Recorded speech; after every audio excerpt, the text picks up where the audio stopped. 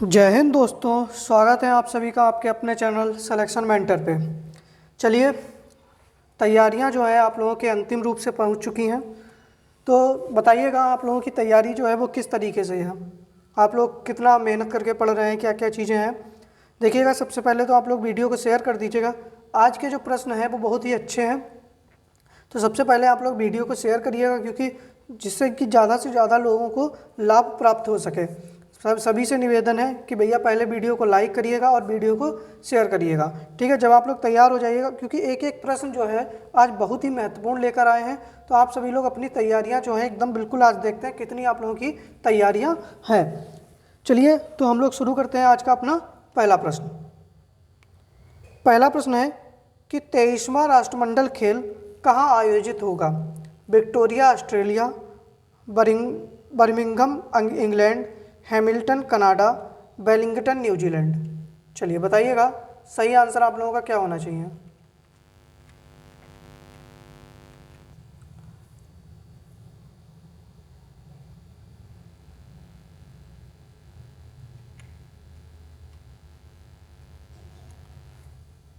सही आंसर आप लोगों का क्या हो जाएगा? देखिएगा, इंग्लैंड में कौन सा खेला गया? तो 22वें नंबर का था। कौन से नंबर का था? 22वें नंबर का था। और पहला आपसे पूछा है कि प्रथम राष्ट्रमंडल खेल कहाँ खेला गया था? तो हैमिल्टन कनाडा में खेला गया था। और 23वां राष्ट्रमंडल खेल जो है वो कहाँ खेला जाएगा? विक्टोरिया ऑस्ट्रेलिया के अंदर खेला जाएगा। और कब? 2026 में। कब खेला जाएगा? तो वर्ष 2026 में जो है विक्टोरिया ऑस्ट्रेलिया में खेला जाएगा, ठीक है। चलिए ध्यान रखिएगा आप लोग इस चीज़ को। आगे बढ़ते हैं अगले प्रश्न के ऊपर।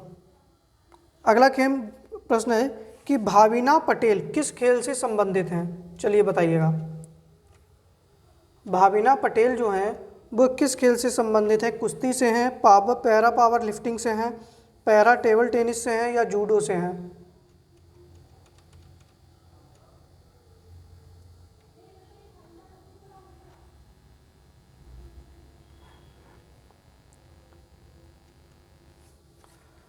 तो देखिएगा, कुश्ती से कौन कौन संबंधित था? तो बजरंग पुनिया,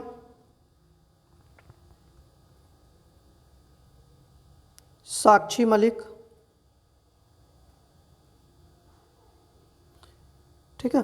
बजरंग पुनिया, साक्षी मलिक, ये लोग क्या लेकर आए हैं? दीपक पुनिया, रवि कुमार दहिया, ठीक है, विनेश फोगाट, नवीन, ये सब क्या लेकर आए थे? अभी गोल्ड मेडल लेकर आए हैं राष्ट्रमंडल खेलों में। और जो पैरा पावर लिफ्टिंग जो है, इससे संबंधित कौन खिलाड़ी हैं? तो पैरा पावर लिफ्टिंग से संबंधित है आपके सुधीर। कौन है? एक खिलाड़ी का नाम है सुधीर। और ये पहली बार पैरा पावर लिफ्टिंग में क्या मिला है हमको? गोल्ड मिला है। क्या मिला है? गोल्ड मिला है। और भाविना पटेल जो हैं वो पैरा टेबल टेनिस से संबंधित हैं, और ये क्या लेकर आई हैं? इसमें गोल्ड लेकर आई हैं। क्या लेकर आई हैं? गोल्ड लेकर आई हैं। अच्छा, जूडो से संबंधित कोई खिलाड़ी याद हो तो बताइएगा। तो सुशीला देवी। कौन है? सुशीला देवी थी। और ये क्या जीती थी? तो ये सिल्वर मेडल जीती हैं राष्ट्रमंडल खेल में, ठीक है, सिल्वर मेडल जीती हैं। तो अब आप लोग, जैसे ये खिलाड़ियों के जो खेल है उनसे भी आप लोगों से प्रश्न बन सकता है। तो आज मैंने कोशिश की, राष्ट्रमंडल खेल तो मैंने कई बार पढ़ाए हैं, लेकिन जो उनके खिलाड़ी हैं तो उनसे संबंधित भी आज मैंने एक प्रश्न उठाया है। तो आप लोग जो है सी आंसर इसका सही हो जाएगा। अगले प्रश्न पे बढ़ते हैं कि पाला आर्द्र भूमि किस राज्य में स्थित है? तमिलनाडु, मिजोरम, गोवा, मध्य प्रदेश। बताइएगा।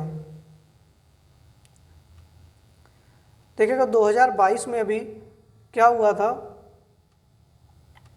कुछ रामसर साइट जोड़ी गई थी, ठीक है। जैसे कल मैंने आपको पढ़ाया था कि मध्य प्रदेश में कौन सी थी?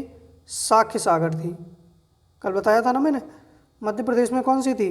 साक्य सागर थी, ठीक है। और बताइएगा, एक मध्य प्रदेश में और याद रख लीजिएगा, सिरपुर। कौन सी? सिरपुर याद रख लीजिएगा, ठीक है। एक यशवंत सागर याद रख लीजिएगा। कौन सी? यशवंत सागर, इसको भी आप लोग ध्यान रखिएगा। गोवा में याद रखिएगा नंदा झील। आपसे प्रश्न बने कि नंदा झील कहाँ पर है? तो गोवा के अंदर है। ठीक है, पाला आर्द्र भूमि कहाँ पर है, तो आपकी मिजोरम के अंदर है। और तमिलनाडु में तो बहुत है, जैसे कि एक वेदांतंगल है। आपसे प्रश्न बने कि किस राज्य में सबसे ज़्यादा आर्द्र भूमि है, तो कहाँ पर है, तमिलनाडु में। एक चित्रागुंडी है, चित्रागुंडी पक्षी अभ्यारण्य, ये भी कहाँ पर है, तमिलनाडु के अंदर है। ठीक है, तो ये सब आप लोग तमिलनाडु वाले याद रखो। एक और है यहाँ पर तमिलनाडु में, बेलोड पक्षी अभ्यारण्य है। कौन सा है, बेलोड पक्षी अभ्यारण्य। ठीक है, तो आप लोग ध्यान रखिएगा। तो पाला आर्द्र भूमि कहाँ पर है, तो बी ऑप्शन सही हो जाएगा, मिजोरम के अंदर है। ठीक है, कहाँ पर है, मिजोरम के अंदर है। चलिए अगले प्रश्न पे बढ़ते हैं, स्क्रीनशॉट लेना है तो ले लीजिएगा, आगे बढ़ते हैं। अगला प्रश्न है कि अंडमान एवं निकोबार द्वीप समूह के उपराज्यपाल कौन हैं। राज्यपाल तो आपने बहुत याद किए होंगे, तो प्रशासक और उपराज्यपाल होते हैं जो कि केंद्र शासित प्रदेश होते हैं। ठीक है, उनमें तो बताइएगा, बनवारी लाल पुरोहित हैं, प्रफुल्ल पटेल हैं, तमिलसाई सौंदर्य राजन हैं, या देवेंद्र कुमार जोशी हैं।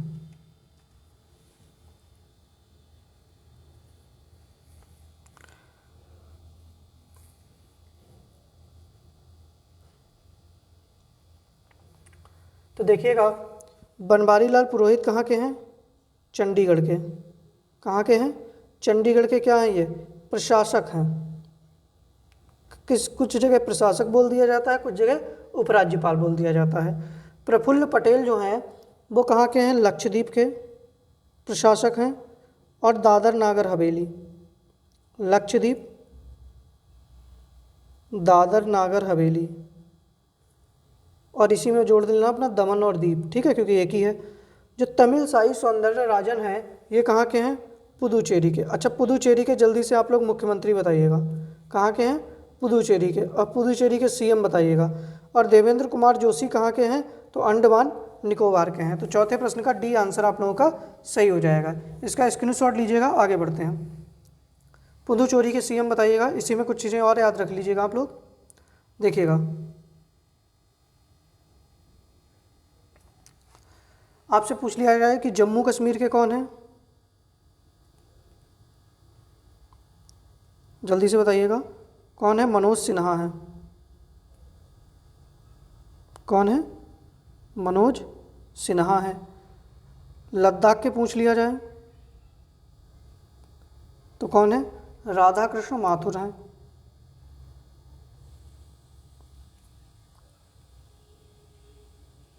ठीक है, कौन है, राधा कृष्ण माथुर है। दिल्ली के मैंने उसी दिन बताए थे, विनय कुमार सक्सेना है। ठीक है, बाकी मैंने आपसे पूछा कि पुदुचेरी के मुख्यमंत्री कौन है, तो पुदुचेरी के मुख्यमंत्री कौन है, जल्दी से बताइएगा, तो है एन रंगास्वामी। कौन है, एन रंगास्वामी है। ठीक है, चलिए, तो इस प्रश्न का आंसर डी ऑप्शन सही हो जाएगा। अगले प्रश्न के ऊपर बढ़ते हैं कि राज्यसभा में विपक्ष के नेता कौन है। ओम बिरला, जगदीप धनखड़, मल्लिकार्जुन खड़गे, दिग्विजय सिंह, बताइएगा। तो भैया लोकसभा अध्यक्ष कौन है, ओम बिरला है। क्या है ये, लोकसभा अध्यक्ष हैं। जगदीप धनखड़ कौन है, तो राज्यसभा के सभापति हैं और उपराष्ट्रपति हैं।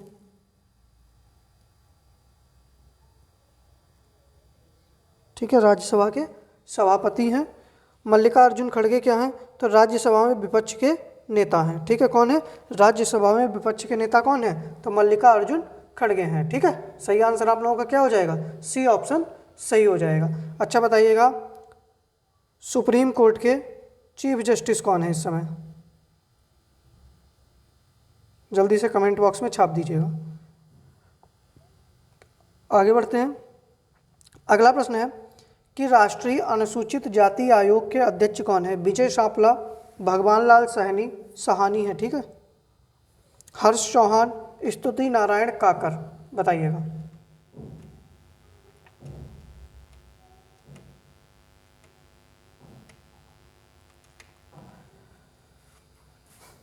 तो देखिएगा, सही आंसर आप लोगों का क्या होना चाहिए? तो देखो, स्तुति नारायण काकर जो हैं ये क्या हैं बताइएगा? तो राष्ट्रीय बाल अधिकार,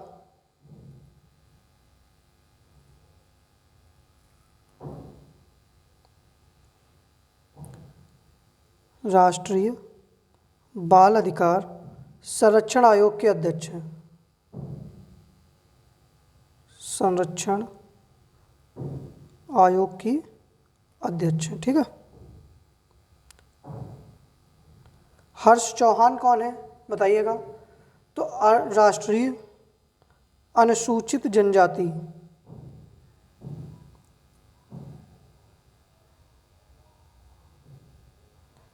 राष्ट्रीय अनुसूचित जनजाति आयोग के अध्यक्ष हैं।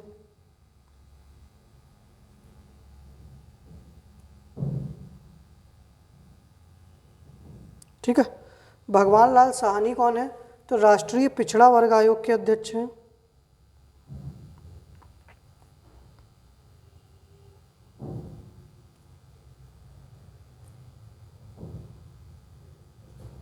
वर्ग आयोग के अध्यक्ष हैं।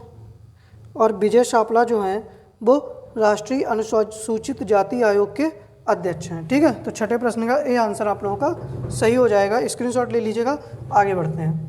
ठीक है, आपसे पूछ ले कि राष्ट्रीय अल्पसंख्यक आयोग के कौन हैं? तो राष्ट्रीय अल्पसंख्यक आयोग के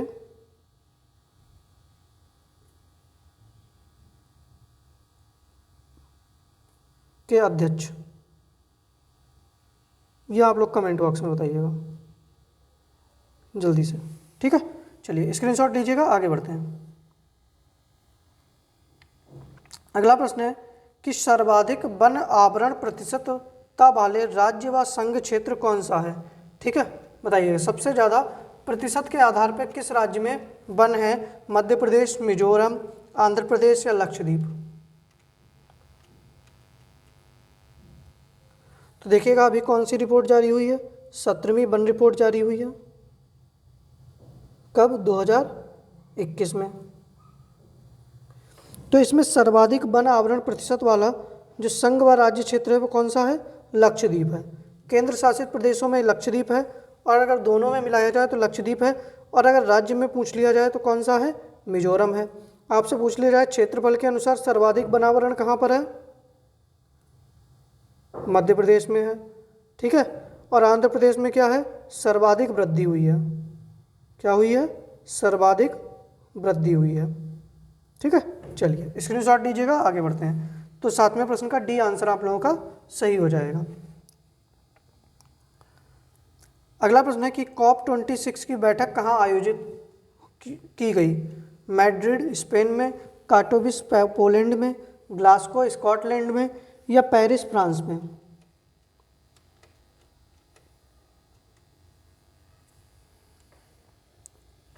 देखिएगा भारत का प्रतिनिधित्व किसने किया था इस बैठक में?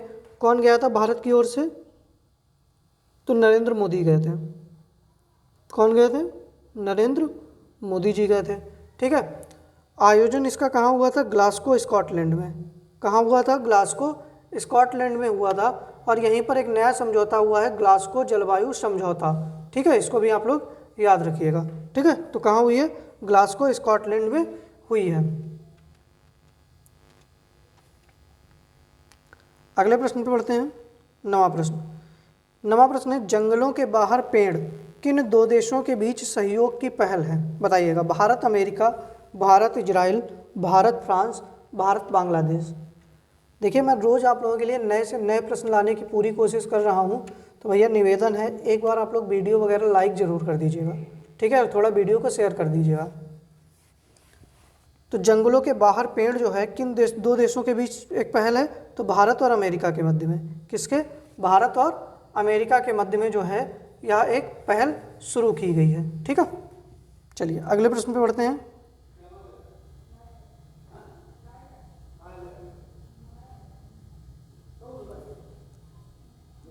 अगला प्रश्न है कि नई दिल्ली में आयोजित अंतर्राष्ट्रीय आंगन 2.0 सम्मेलन की थीम क्या थी? अब आपसे पूछ ले कि अंतर्राष्ट्रीय आंगन 2.0 सम्मेलन कहाँ आयोजित हुआ, तो नई दिल्ली में। अच्छा, इसकी थीम क्या थी, making the zero carbon transition in building, build quality building, home for all and safe home for all. बताइएगा।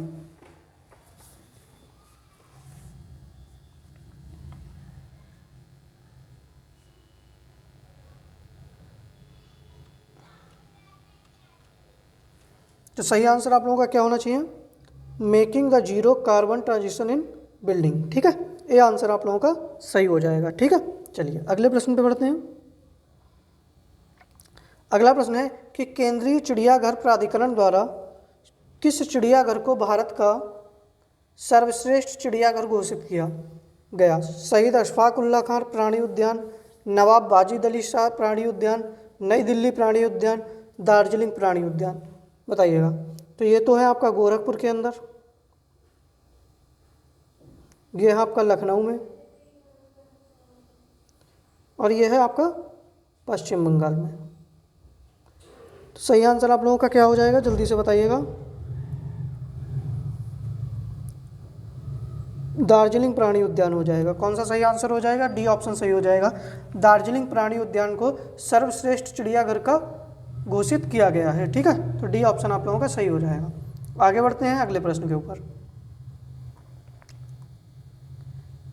अगला प्रश्न है कि देश के सबसे बड़े रबर डैम का उद्घाटन कहाँ किया गया। ये प्रश्न है, देश के सबसे बड़े रबर डैम का उद्घाटन कहाँ किया गया। ये ऑप्शन है गोवा, मध्य प्रदेश, गुजरात या बिहार। तो बताइएगा, देश के सबसे बड़े रबर डैम का उद्घाटन कहाँ किया गया, गोवा में, मध्य प्रदेश में, गुजरात में या बिहार में। तो देखिएगा, मध्य प्रदेश में तो अभी एक भू पार्क बनाया जा रहा है। कौन सा, एक जियो पार्क बनाया जा रहा है, तो वो तो मध्य प्रदेश में। तो कहाँ किया गया, बिहार में, और बिहार में भी कहाँ पर, गया में। ठीक है, रबर डैम का उद्घाटन कहाँ पर किया गया, गया, बिहार के अंदर। ठीक है, तो डी ऑप्शन आप लोगों का सही हो जाएगा। ठीक है, 12वें प्रश्न का डी आंसर सही हो जाएगा। अगला प्रश्न है कि उत्तर प्रदेश के किस जिले में पश्मीना उत्पादों को लॉन्च किया गया। अच्छा, ये पश्मीना कहाँ का है, तो जम्मू कश्मीर का है। पश्मीना शॉल आती है। ठीक है, और वहीं पर एक बकरी जो होती है पश्मीना नाम की, उससे ये क्या करते हैं, उत्पाद बनाकर उसके रेशे से ये लोग कंबल और ये सब चीज़ें बनाते हैं। ठीक है, तो उत्तर प्रदेश में कहाँ इसको लॉन्च किया गया है, वाराणसी में, लखनऊ में, मिर्ज़ापुर में या मेरठ में। तो बताइएगा, 13वें प्रश्न का सही आंसर आप लोगों का क्या होना चाहिए।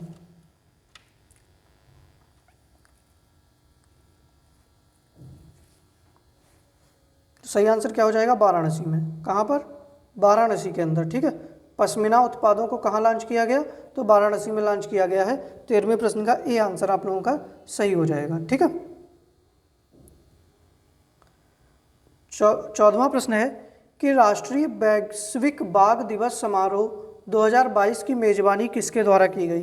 Tadoba tiger reserve, Kuno national park, Sathyamangalam tiger reserve, Ramgarh Vishdhari tiger reserve. तो सबसे पहले बताइएगा, चारों के चारों हैं किस राज्य के अंदर, चारों के राज्य बताइएगा आप लोग पहले तो,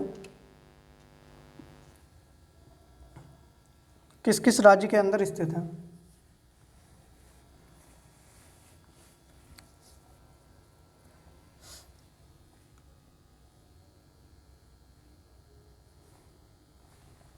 तो तडोबा कहाँ पर है, महाराष्ट्र में है। कूनो कहाँ पर है, तो मध्य प्रदेश में है। सत्यमंगलम कहाँ पर है, तमिलनाडु में है। रामगढ़ बिस्दारी कहाँ पर है, तो राजस्थान में है। चलिए अब बताइएगा, राष्ट्रीय वैश्विक बाघ दिवस समारोह 2022 की मेजबानी किसके द्वारा की गई, तो तडोबा टाइगर रिजर्व महाराष्ट्र के द्वारा की गई। ठीक है, 14वें प्रश्न का ए आंसर आप लोगों का सही हो जाएगा। ठीक है, चलिए अगले प्रश्न के ऊपर बढ़ते हैं। स्क्रीनशॉट लेना है तो ले लीजिएगा। अगला प्रश्न है कि उत्तरीय क्षेत्रीय परिषद की तीसरी बैठक का आयोजन कहाँ किया गया। मैं इसी में आप लोगों से वाराणसी, अहमदाबाद, भोपाल, जयपुर बताइएगा। उत्तरीय क्षेत्रीय परिषद की तीसरी बैठक का आयोजन कहाँ पर किया गया? सही आंसर बताइएगा क्या होना चाहिए आप लोगों का।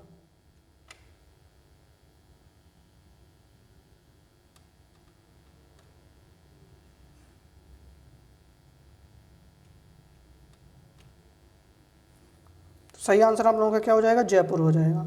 कौन सा आंसर सही हो जाएगा? जयपुर। ठीक है, उत्तर क्षेत्रीय परिषद की तीसरी बैठक का आयोजन कहाँ किया गया? तो जयपुर के अंदर किया गया। ठीक है, चलिए अगले प्रश्न के ऊपर बढ़ते हैं। एक नए जैव प्रौद्योगिकी केंद्र का उद्घाटन कहाँ किया गया? बताइएगा। सिक्किम, अरुणाचल प्रदेश, लद्दाख, हिमाचल प्रदेश।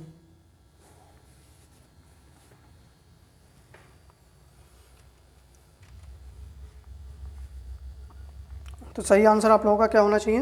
अरुणाचल प्रदेश। कहाँ पर? अरुणाचल प्रदेश के अंदर एक नए जैव प्रौद्योगिकी केंद्र का उद्घाटन किया गया है। ठीक है, तो सही आंसर क्या हो जाएगा? बी ऑप्शन सही हो जाएगा। अगले प्रश्न के ऊपर बढ़ते हैं कि अखिल भारतीय शिक्षा समागम का आयोजन कहाँ किया गया? सूरत, रांची, वाराणसी, शिमला।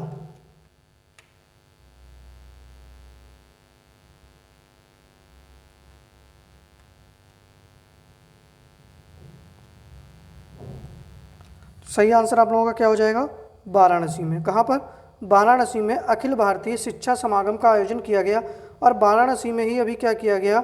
अखिल भारतीय महापौर सम्मेलन, ये भी आप लोग याद रखिएगा। अखिल भारतीय महापौर सम्मेलन का भी आयोजन कहाँ पर किया गया? तो वाराणसी में। और अखिल भारतीय शिक्षा समागम का भी आयोजन कहाँ किया गया? तो वाराणसी के अंदर। ठीक है, 17वें प्रश्न का सी आंसर सही हो जाएगा। अगला प्रश्न है कि खुबसुगुल झील राष्ट्रीय उद्यान किस देश में स्थित है? तो बताइएगा कि खुबसुगुल झील राष्ट्रीय उद्यान किस देश में स्थित है? अभी ये चर्चा में रहा है। Bhutan, Mongolia, Myanmar, Maldives. पहली तो बात, आप लोग चारों देशों की राजधानी बताइएगा। चारों देशों की राजधानी बताइएगा कहाँ है? Bhutan, Mongolia, Myanmar, Maldives. और जो खुबसुगुल झील राष्ट्रीय उद्यान ये किस देश में स्थित है? सही आंसर आप लोगों का क्या होना चाहिए 18वें प्रश्न का? जल्दी से बताइएगा।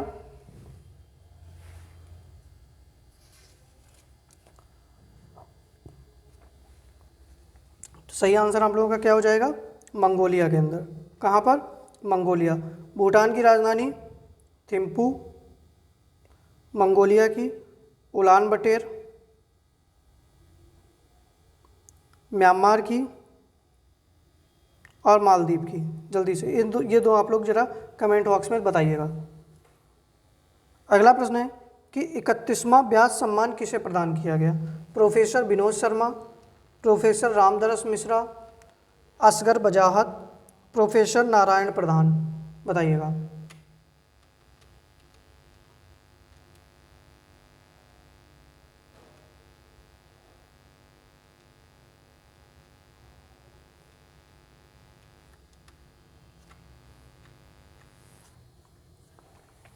तो देखिएगा, प्रोफेसर विनोद शर्मा जो हैं इनको क्या दिया गया? सुभाष चंद्र बोस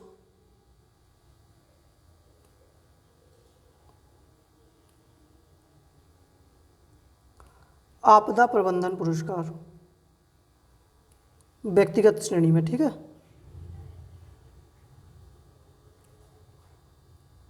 दो 2022।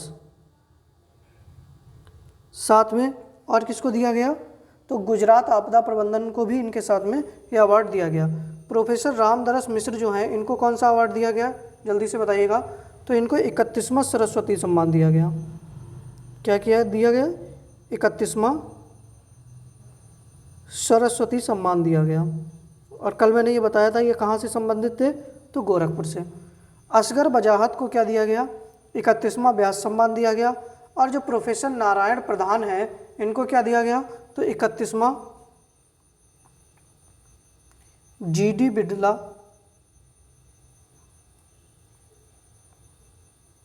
पुरस्कार, ठीक है, दिया गया है। ठीक है, ध्यान दीजिएगा, 2021।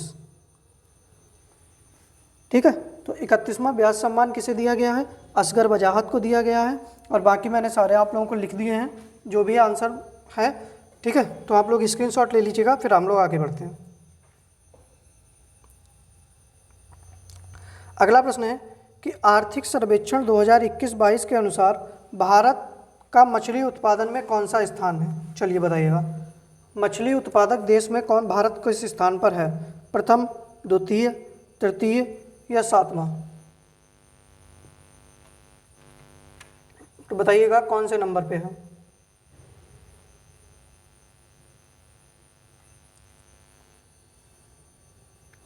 तो दूसरे नंबर पे है। किस पर है? दूसरे नंबर पे है। अच्छा, आपसे पूछ ले कि वनस्पति तेल का शीर्ष आयातक, वनस्पति तेल का शीर्ष आयातक कौन है? तो भारत है। कौन है? भारत है। अंडा उत्पादन में कौन से नंबर पे है? तो अंडा उत्पादन में विश्व में तीसरे नंबर पे है, ठीक है। और मांस उत्पादन में 8वें नंबर पे है, ठीक है। इसको याद रखिएगा आप लोग, ठीक है। चलिए आगे बढ़ते हैं अगले प्रश्न के ऊपर। अगला प्रश्न है, देखिएगा पहले तो आप समझिएगा, ये 20 प्रश्न जो थे वो आप लोगों के स्टैटिक जीके और करंट अफेयर्स से संबंधित थे, क्योंकि 20 प्रश्न आप लोगों के स्टैटिक जीके और करंट अफेयर्स से संबंधित थे। तो उम्मीद कर रहे हैं कि आप लोग 20 में से बताइएगा कि कितने प्रश्न आप लोगों के सही हुए, कितने प्रश्न कुछ नए थे या कुछ चीज़ें कैसी थी। आप लोग एक बार जरा कमेंट बॉक्स में बताइएगा। और एक बार आप लोग जो है पहले वीडियो जो भी लाइक नहीं किए हैं तो भाई निवेदन है वीडियो को लाइक कर दीजिएगा, और एक बार आप लोग पहले वीडियो को शेयर भी कर दीजिएगा। जितने लोग देख रहे हैं एक बार जो है पहले वीडियो को शेयर जरूर करिएगा।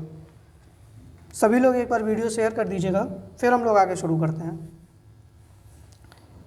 अभी भी जो लोग आपके मित्र नहीं आए हैं तो अभी भी 20-22 प्रश्न और बचे हैं, तो उनमें अपनी तैयारी कर सकते हैं। तो एक बार आप लोग वीडियो शेयर कर दीजिएगा, फिर हम लोग आगे बढ़ते हैं। अगला प्रश्न है कि पंचविंश किस वेद का ब्राह्मण ग्रंथ है? ऋग्वेद, यजुर्वेद, सामवेद, अथर्ववेद? तो देखिएगा, ऋग्वेद का ब्राह्मण ग्रंथ का क्या नाम है? कौशितिकी। क्या नाम है? कौशितिकी। एक और है इसमें, ऐत्रेय। कौन सा है? ऐत्रेय ब्राह्मण ग्रंथ है। यजुर्वेद का कौन सा है? तो शतपथ है। कौन सा है? शतपथ है। पंचविंश किसका है? तो सामवेद का है। अथर्ववेद का कौन सा है? तो गोपथ है, ठीक है। ध्यान रखिएगा आप लोग, स्क्रीनशॉट दीजिएगा। 21वें प्रश्न का सी आंसर सही हो जाएगा, ठीक है। चलिए अगला प्रश्न है कि सिंधु घाटी सभ्यता का स्थल लोथल किस नदी के तट पर स्थित था? रावी, सिंधु, घग्गर, भोगवा?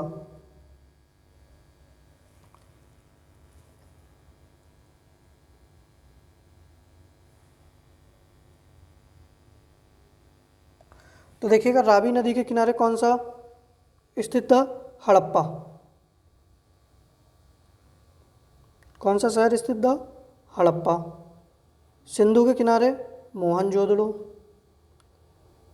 चाउंदड़ो भी स्थित था, ठीक है। घग्गर के किनारे लोथल,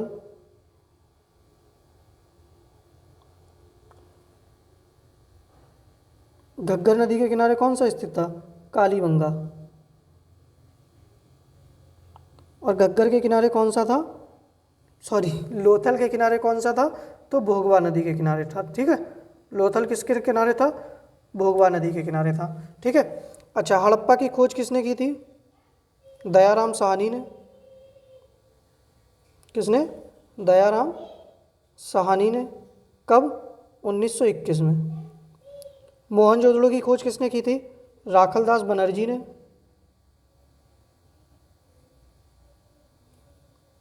कब की थी? 1922 में, ठीक है। कालीबंगा की खोज किसने की थी? जल्दी से बताइएगा। तो अमलानंद घोष ने की थी। अमलानंद घोष। और कालीबंगा कहाँ पर है? तो राजस्थान के अंदर। कब की थी? 1953 में। और लोथल की खोज किसने की थी? तो SR राव ने, ठीक है, 1957-58 के समय। ध्यान रखिएगा आप लोग, ठीक है। सही आंसर आपका डी ऑप्शन सही हो जाएगा, ठीक है। चलिए स्क्रीनशॉट लीजिएगा, आगे बढ़ते हैं। फिर अगला प्रश्न है कि महावीर स्वामी ने अपना प्रथम उपदेश कहाँ दिया? वैशाली, राजगृह, पाटलिपुत्र या पावापुरी? तो बताइएगा सही आंसर आप लोगों का क्या होना चाहिए।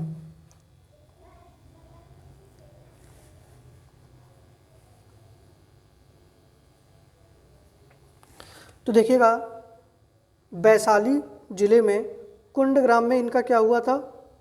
जन्म हुआ था। क्या हुआ था? जन्म हुआ था। राजगृह में इन्होंने प्रथम उपदेश दिया था। प्रथम जैन संगीति कहाँ आयोजित हुई थी? तो पाटलिपुत्र में आयोजित हुई थी प्रथम जैन संगीति। और पावापुरी में क्या हुई थी? इनकी मृत्यु हुई थी महावीर स्वामी की। ठीक है, तो 23वें प्रश्न का बी आंसर सही हो जाएगा।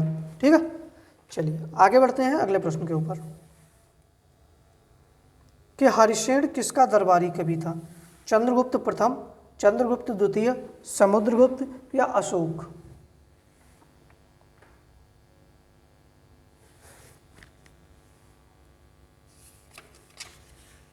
तो सही आंसर आप लोगों का क्या होना चाहिए, जल्दी से बताइएगा।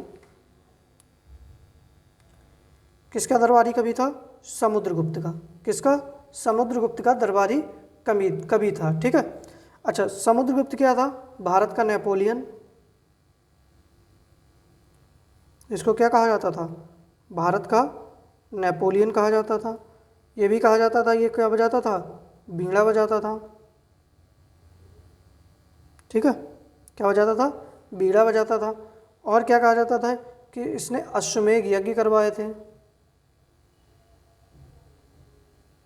क्या करवाए थे? अश्वमेध यज्ञ भी इसी ने करवाए थे। तो सही आंसर क्या हो जाएगा? सी ऑप्शन आपका सही हो जाएगा। चलिए आगे बढ़ते हैं अगले प्रश्न के ऊपर कि विक्रमशिला विश्वविद्यालय की स्थापना किसके द्वारा कराई गई? कुमारगुप्त, स्कंदगुप्त, नरसिंहवर्मन प्रथम, धर्मपाल?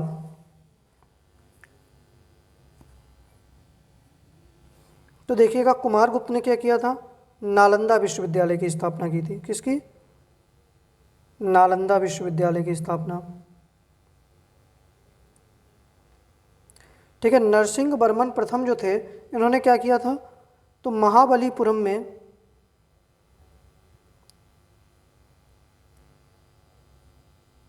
रथ मंदिर का निर्माण। किसका? महाबलीपुरम के रथ मंदिर का निर्माण कराया था। और विक्रमशिला विश्वविद्यालय की स्थापना किसने करवाई थी? तो धर्मपाल ने। या किस वंश से संबंधित था? तो पाल वंश से संबंधित था। किससे? पाल वंश से। पाल वंश की स्थापना किसके द्वारा की गई थी? तो गोपाल के द्वारा। ठीक है, किसके? गोपाल के द्वारा की गई थी। आप लोग इसको याद रखिएगा। ठीक है, अच्छा ये नरसिंहवर्मन किस वंश से संबंधित था? तो पल्लव वंश से। चलिए आगे बढ़ते हैं अगले प्रश्न के ऊपर कि गुरुमुखी लिपि का जनक किसे कहा जाता है? गुरु नानक देव, गुरु अंगद देव, गुरु रामदास, गुरु अर्जुन देव? अर्जुन लिख गया है, अर्जुन देव है। ठीक है,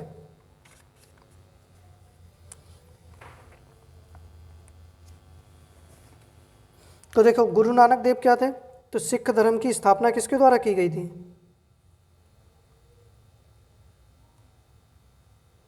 गुरु नानक देव के द्वारा। गुरु अंगद देव के द्वारा क्या किया गया था? तो यही गुरुमुखी लिपि के जनक थे। तो बी ऑप्शन सही हो जाएगा। गुरु रामदास जी ने क्या किया था? तो अमृतसर शहर की स्थापना की थी।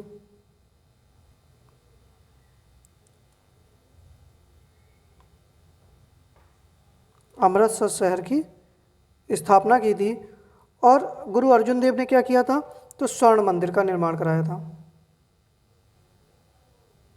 जिसको क्या कहते हैं? हरमिंदर साहिब कहते हैं। क्या कहते हैं? हरमिंदर साहिब। और गुरु अर्जुन देव ने ही क्या किया था? आदि ग्रंथ का संकलन किया था।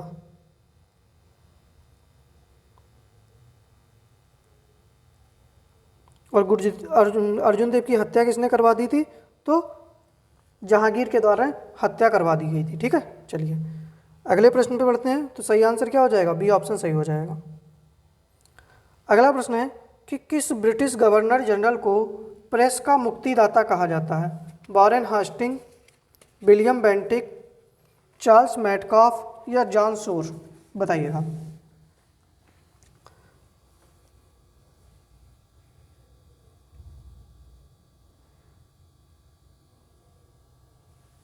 सही आंसर आप लोगों का क्या होना चाहिए? देखिएगा, वारेन हेस्टिंग ने क्या किया था? तो ये तो बंगाल का पहला गवर्नर था, बंगाल का प्रथम गवर्नर जनरल।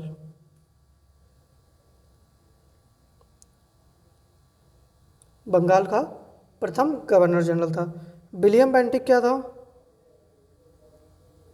भारत का प्रथम गवर्नर जनरल, भारत का प्रथम गवर्नर जनरल। और इसी के द्वारा क्या किया गया था? सती प्रथा का अंत किया गया था। क्या किया गया था? सती प्रथा का अंत किया गया था। चार्ल्स मैटकॉफ को क्या कहा जाता है? इसने प्रेस पर प्रतिबंध हटा दिया था, इसलिए इसको क्या कहा जाता है? भारतीय प्रेस का मुक्तिदाता कहा जाता है। और जो जॉन सोर था, इसने क्या किया था? अहस्तक्षेप नीति अपनाई थी। ये ध्यान रखिएगा, इंपॉर्टेंट प्रश्न है कि अहस्तक्षेप नीति किसके द्वारा अपनाई गई थी?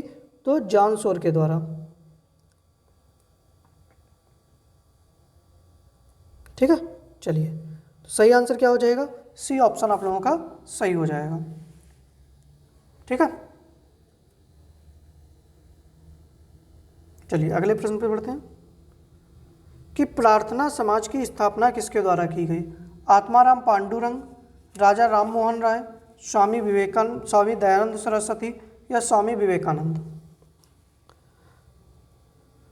तो देखिएगा, 1867 में आत्माराम पांडुरंग के द्वारा किसकी स्थापना की गई थी? प्रार्थना समाज की। और इनका मार्गदर्शन किसने किया था? केशव चंद्र सेन ने किया था। ठीक है, 1828 में राजा राम मोहन राय के द्वारा क्या किया गया था? ब्रह्म समाज की स्थापना। ठीक है, किसका? ब्रह्म समाज की स्थापना।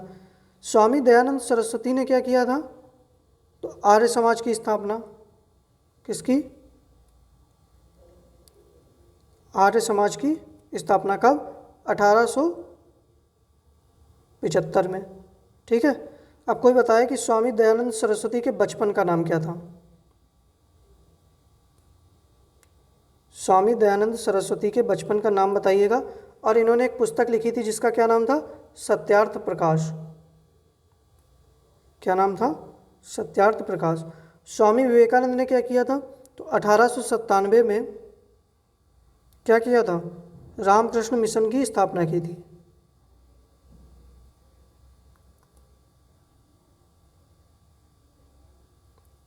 ठीक है, रामकृष्ण मिशन की स्थापना की थी। ठीक है, तो सही आंसर आप लोगों का क्या हो जाएगा? ए ऑप्शन सही हो जाएगा। ठीक है, बताइएगा स्वामी दयानंद सरस्वती के बचपन का नाम क्या था? अगले प्रश्न पर बढ़ते हैं कि सविनय अवज्ञा आंदोलन की शुरुआत कब हुई?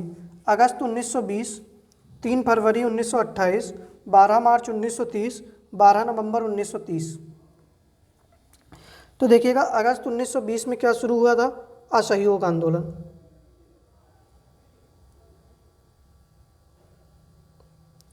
असहयोग आंदोलन। ठीक है, 3 फरवरी 1928 को क्या हुआ था? बताइएगा। तो साइमन कमीशन आया था भारत।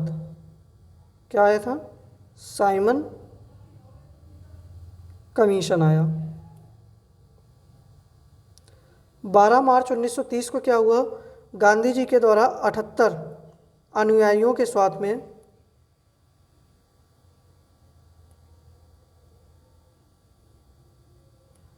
क्या हुआ? दांडी मार्च किया गया, जिसको क्या कहा गया? सविनय अवज्ञा आंदोलन कहा गया।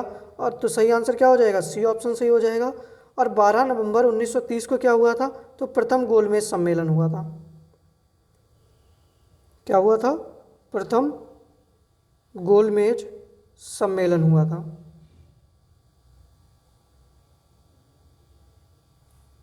ठीक है, कहाँ हुआ था? लंदन में। ध्यान दीजिएगा। सही आंसर क्या हो जाएगा? सी ऑप्शन सही हो जाएगा। बाकी आप लोग स्क्रीनशॉट लेना चाहें तो ले सकते हैं। चलिए अगले प्रश्न पे बढ़ते हैं कि सोम प्रकाश समाचार पत्र के संपादक कौन थे? फिरोज शाह मेहता, ईश्वर चंद्र विद्यासागर, अरविंद घोष, महात्मा गांधी? तो देखिएगा, महात्मा गांधी किसके थे? यंग इंडिया और हरिजन पत्रिका, इन दोनों का संपादन किसने किया था? महात्मा गांधी के द्वारा किया गया था। ठीक है। अरविंद घोष के द्वारा किसका किया क्या, इनकी पत्रिका कौन सी थी? तो वंदे मातरम। कौन सी थी? वंदे मातरम। और सोम प्रकाश जो था समाचार पत्र, वो ईश्वर चंद्र विद्यासागर के द्वारा निकाला गया था। और फिरोज शाह मेहता के द्वारा कौन सा निकाला गया था? तो बॉम्बे क्रॉनिकल। ठीक है, कौन सा? बॉम्बे क्रॉनिकल जो था वो किसके द्वारा निकाला गया था? तो फिरोज शाह मेहता के द्वारा निकाला गया था। तो 30वें प्रश्न का बी आंसर सही हो जाएगा। चलिए, तो 30वें प्रश्न का सही आंसर क्या हो जाएगा? B option. आगे बढ़ते हैं। अगला प्रश्न है कि चकेवा लोक नृत्य किस राज्य से संबंधित है? गुजरात, नागालैंड, बिहार, उड़ीसा। तो किससे संबंधित है? बिहार से संबंधित है। ठीक है, कहाँ से संबंधित है? बिहार से संबंधित है। ठीक है। चलिए अगले प्रश्न पे बढ़ते हैं कि पृथ्वी के निकट सबसे निकट कौन सा ग्रह स्थित है? बताइएगा। बुध है, वरुण है, शुक्र है, मंगल है। तो पृथ्वी के सबसे निकट कौन सा है? तो शुक्र है। कौन सा है? शुक्र ग्रह है। सबसे अधिक ग्रह गर्म कौन सा है? आपसे पूछ लिया जाए कि सबसे अधिक गर्म ग्रह कौन सा है? तो शुक्र है। ठीक है। सूर्य के सबसे निकट कौन है? तो बुध है। सूर्य के सबसे निकट तो कौन सा है? बुध है। ठीक है। तो 32वें प्रश्न का सी आंसर सही हो जाएगा। अगला प्रश्न है कि माउंट चिम्बोराजो ज्वालामुखी पर्वत कहाँ स्थित है? अफ्रीका, यूरोप, दक्षिण अमेरिका, एशिया।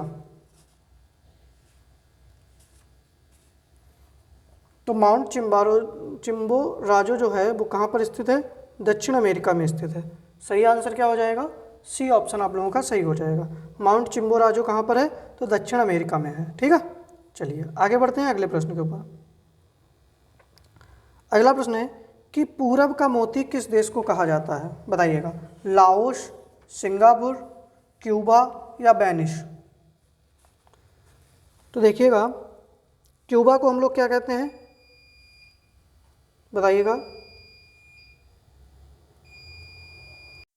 तो देखिएगा, क्यूबा को हम लोग क्या कहते हैं? तो क्यूबा को कहते हैं चीनी का कटोरा। क्या कहते हैं? चीनी का कटोरा। वेनिस को क्या कहते हैं? नहरों का शहर। देश नहीं, ठीक है, नहरों का शहर कहते हैं। देश किसको कहते हैं? तो पाकिस्तान को। ठीक है। लाओस को क्या कहते हैं? तो हाथियों का देश। लाओस को क्या कहते हैं? हाथियों का देश कहते हैं। और सिंगापुर को क्या कहते हैं? तो पूरब का मोती किसको कहा जाता है? तो सिंगापुर को कहा जाता है। ठीक है। तो 34वें प्रश्न का बी आंसर सही हो जाएगा। अगला प्रश्न है कि भीमा परियोजना किस राज्य से संबंधित है? महाराष्ट्र, पंजाब, उड़ीसा, राजस्थान। तो बताइएगा सही आंसर आप लोगों का क्या होना चाहिए? सही आंसर क्या हो जाएगा? भीमा परियोजना किससे संबंधित है? तो महाराष्ट्र राज्य से संबंधित है। ठीक है। आपसे पूछ ले कि थीन बांध कहाँ पर है? तो कहाँ पर है? पंजाब के अंदर। ठीक है, कहाँ है? पंजाब के अंदर। तो 35वें प्रश्न का ए आंसर सही हो जाएगा। अगला प्रश्न है कि राज्यसभा के सदस्यों का निर्वाचन किस देश के संविधान से लिया गया है? बताइएगा। ऑस्ट्रेलिया, आयरलैंड, दक्षिण अफ्रीका, जर्मनी। तो देखिएगा, ऑस्ट्रेलिया से हमने क्या ली है? समवर्ती सूची। क्या ली है? समवर्ती सूची ली है। दक्षिण अफ्रीका सही आंसर हो जाएगा। यहाँ से हमने क्या लिया है? राज्यसभा के सदस्यों का निर्वाचन कहाँ से लिया गया है? तो दक्षिण अफ्रीका से लिया गया है। आयरलैंड से क्या लिया है? जर्मनी से क्या लिया है? कमेंट बॉक्स में बताइएगा। आप लोग बहुत पढ़ा चुके हैं ये सब चीज़ें। ठीक है। सही आंसर क्या हो जाएगा? सी ऑप्शन सही हो जाएगा। अगला प्रश्न है कि राज्यपाल अपना त्यागपत्र किसे देता है? संबंधित राज्य के मुख्य न्यायाधीश को, उच्चतम न्यायालय के मुख्य न्यायाधीश को, राष्ट्रपति को या विधानसभा अध्यक्ष को। बताइएगा 37वें प्रश्न का सही आंसर क्या हो जाएगा कि राज्यपाल अपना त्यागपत्र किसे देता है? जल्दी से बताइएगा। तो राज्यपाल अपना त्यागपत्र जो है वो किसको देता है? राष्ट्रपति को देता है। किसको? राष्ट्रपति को देता है।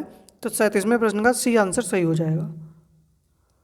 अगला प्रश्न है कि निम्न में जैविक घटक कौन सा है? जल है, सूक्ष्मजीव है, मृदा है, वायु है। तो भैया दो तरीके के घटक होते हैं, एक कौन सा होता है? अजैविक घटक, और एक कौन सा होता है? जैविक घटक। तो जैविक घटक कौन से होते हैं? जिनमें क्या होती है? जान होती है। इस तरीके से आप समझ लीजिएगा। तो कौन सा हो जाएगा? सूक्ष्मजीव हो जाएगा। ठीक है, तो सही आंसर क्या हो जाएगा? सी ऑप्शन सही हो जाएगा। आगे बढ़ते हैं 39वें प्रश्न के ऊपर कि निम्न में एक प्राकृतिक बहुलक है, पीवीसी, नायलॉन, सेलुलोज या बेकेलाइट। बताइएगा कि निम्न में एक प्राकृतिक बहुलक है। सही आंसर आप लोगों का क्या होना चाहिए? जल्दी से बताइएगा।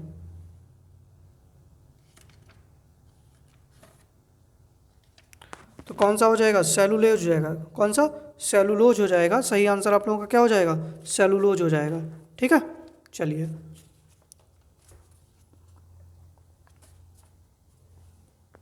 आगे बढ़ते हैं। डायनामाइट की खोज किसने की?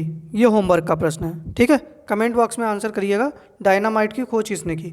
और कल का जो आंसर आप लोगों ने पूछा, मैंने पूछा था कि धौलेरा वाला कहाँ पर है? धौलेरा अंतर्राष्ट्रीय हवाई अड्डा कहाँ पर है? तो ये गुजरात में है। कहाँ पर है? गुजरात के अंदर है। सिर्फ एक कमेंट आया था जिसने सही आंसर बताया था गुजरात, बाकी किसी ने कमेंट नहीं किया था। शायद रुखसार थी, उसने सही आंसर बताया था, बाकी किसी ने आंसर नहीं बताया था। ठीक है, चलिए बाकी भैया देखिए, वीडियो अगर आप लोगों को पसंद आई है तो वीडियो को लाइक करिएगा, अच्छे से और मेहनत से पढ़ते रहिएगा, चैनल को सब्सक्राइब कर दीजिएगा। बाकी हम लोग मिलते हैं कल आपसे 7:15 वाली क्लास में इसी समय। आप ये मत समझिएगा ये 40 प्रश्न मेरे कराए हैं, क्योंकि मैंने प्रत्येक प्रश्न का जो है वो इतने ही 40-45 मिनट में कई सारी चीज़ें मैंने आप लोगों को बताई हैं। तो आप लोग जो है इन सबको एक बार रिवीजन कर लीजिएगा, निश्चित ही आप लोगों को इन सब से प्रश्न जो है वो देखने को मिलेंगे। ठीक है, चलिए बाकी आप लोग पढ़ते रहिएगा, मेहनत करिएगा। मिलते हैं कल आपसे शाम को 7:15 वाली क्लास में। जय हिंद।